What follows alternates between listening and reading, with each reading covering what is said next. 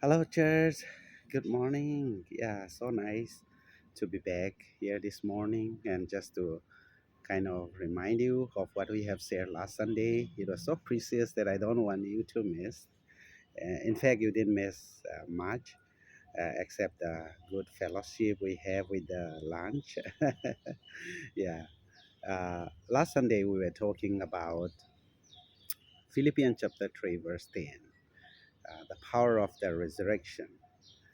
We are going through we'll be a kind of we have started a series of the resurrection sermons and have started with the power of resurrection, and then Uncle Celia would follow, and then Dr. Nelson and Pastor Pao will go on like this about the hope of resurrection, the message of resurrection, like that we'll keep on going. And we talked last Sunday about the power of the resurrections.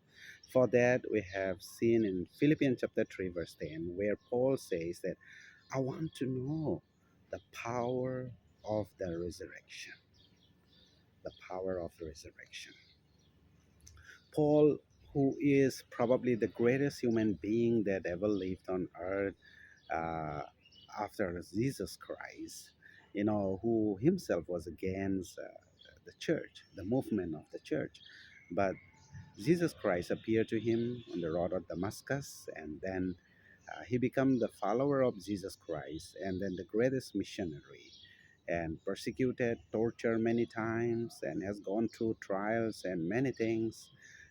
But he keep on moving, planting churches, preaching the gospel of Jesus Christ against all odds, and finally he was beheaded by Nero the emperor, and he was martyred for the Lord. Paul knew many things. He was a doctor in law, and then he has, there's a belief that the Pharisees, yes, he was one of the Pharisees. The Pharisees, uh, they say that even memorized the whole Torah, the Bible. Then, can you imagine that even Paul knew a lot of scripture, and he know about legals, he know about Roman laws and many things, as he was well learned, learning under Gamaliel. But one thing that which he has a desire to know is that the power of the resurrection, where Jesus Christ rose again from the dead. How can that be possible? That Jesus, who died, and he was 3 days in the grave, and then he rose again. It's used as a traditions, kind of like when a person died, and they and within 3 days that the spirit may revive again and then come back to life. That's kind of things. That's why they kept Lazarus, and but here Jesus died. It was witnessed by the Romans. When he pierced his side, then there's water and blood mix just came out. We saw that in a dead body, blood doesn't flow as in a living person, and he was taken down and he was wrapped and he was in the grave. But Jesus rose again from the dead, and Paul saw this Jesus who rose again from the dead, and now his life was transformed, and now he started preaching about this sermon on resurrection. Even all the central themes of all the disciples and apostles, missionaries who were preaching, we see that in the early church and in apostle acts of the apostles, we see that the center of their message was about resurrection. Sometimes people just laugh at them because it is not possible. Dead men never come back to life unless the life giver himself has done something. And Jesus is the one who created us, and he can give us back life. Here Jesus gave the power to each and every one of us who are believers, that if we ask from God, even through our prayer, dead people may come to life and sick people may God heal. And we have seen many miracles, like how God's people were praying for people who died, and then some people come back to life. Of course, not everyone. Even at one time, Paul was preaching, and somebody was Jesus fall asleep, and he fall down from the window. Paul got down and just lay his hand and pray for him, kind of. Then, they receive him back to life again.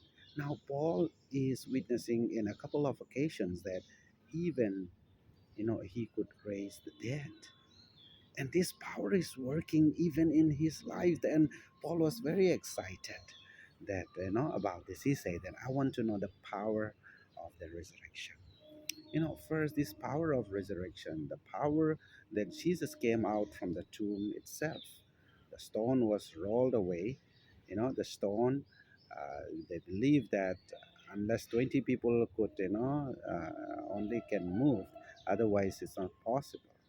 And then when the ladies were there in the tomb, and the stone was already rolled away, and the dead, Jesus really really died, and he rose again from the dead.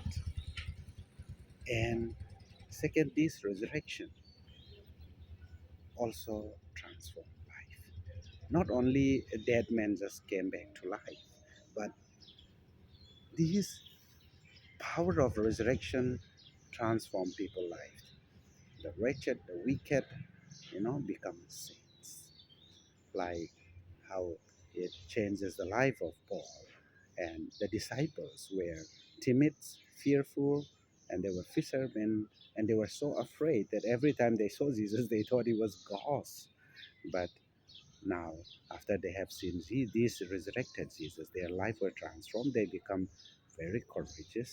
And apart from John, the beloved disciple, the rest of them were martyrs for the Lord. And John himself was exiled many, probably days, years. He was in Patmos Island, you know. And even till today, many Christians, even in our nations, churches were ransacked and pastors were killed, nuns were raped, and a lot of bad things happened to because of the gospel of Jesus Christ.